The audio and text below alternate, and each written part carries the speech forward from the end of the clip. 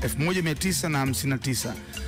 Mtu mmoja anaitwa Dashrath Manji, mfanyakazi wa kawaida kabisa, mtu wa kawaida mwenye mshahara wa kima cha chini kutoka kijiji cha Gahlur, India, alipoteza mke wake mpendwa Falguni Devi na alifariki kwa sababu hakufika hospitali kwa wakati.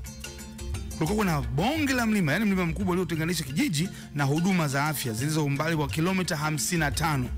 Hasa ni kama wewe Dar es Salaam kuelekea Zanzibar, hapo katikati hapa ni kilomita 55, au da kwenda wapi Bagamoyo na unapitiliza. Sasa kwa uchungu na maumivu ya kumpoteza mke wake, Dashrath alichukua uamuzi wa ajabu. Yani mwaka uliofuata 1960 alianza kulima mlima, sio shamba, alianza kulima mlima kwa kutumia nyundo na patasi tu, bila mashine, bila msaada. Sijakosea niliposoma. Yani alianza kulima mlima kwa kutumia nyundo na patasi tu, bila mashine, bila msaada. Yeye peke yake, one man army. Alifanya kazi hiyo peke yake kwa muda wa miaka 22. Yani toka mwaka 60 mpaka 82, mchana na usiku, mvua na jua, hakusimama, hakuchoka.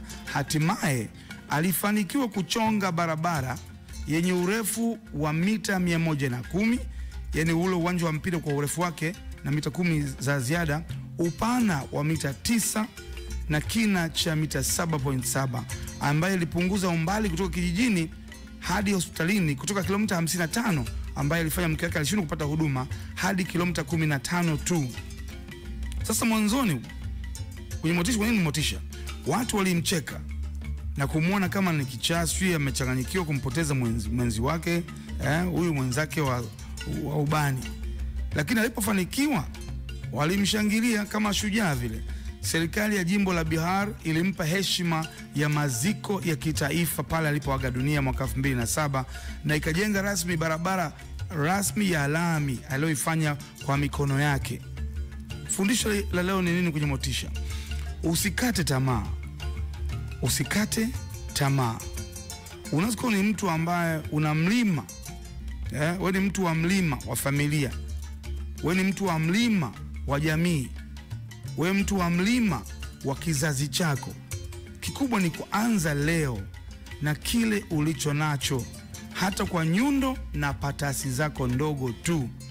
Na wale ambao watakucheka, watakuona kichaa, watakuona kama umepevuka, yani akili imeenda, imepotea, dish limecheza, wale unapopata mafanikio ndio wa kwanza kukupa pongezi.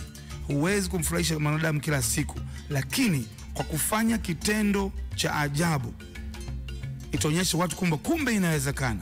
Na mimi pengine na mimi naweza nikajaribu kuwa mfano pasipo na kuogopa. Anza kujenga au kulima mlima wako. Huwezi kujua Mungu amekupangia nini. Hii ndio motisha leo. Good morning to you. This is Big City Breakfast and my name is Evans Bukuku.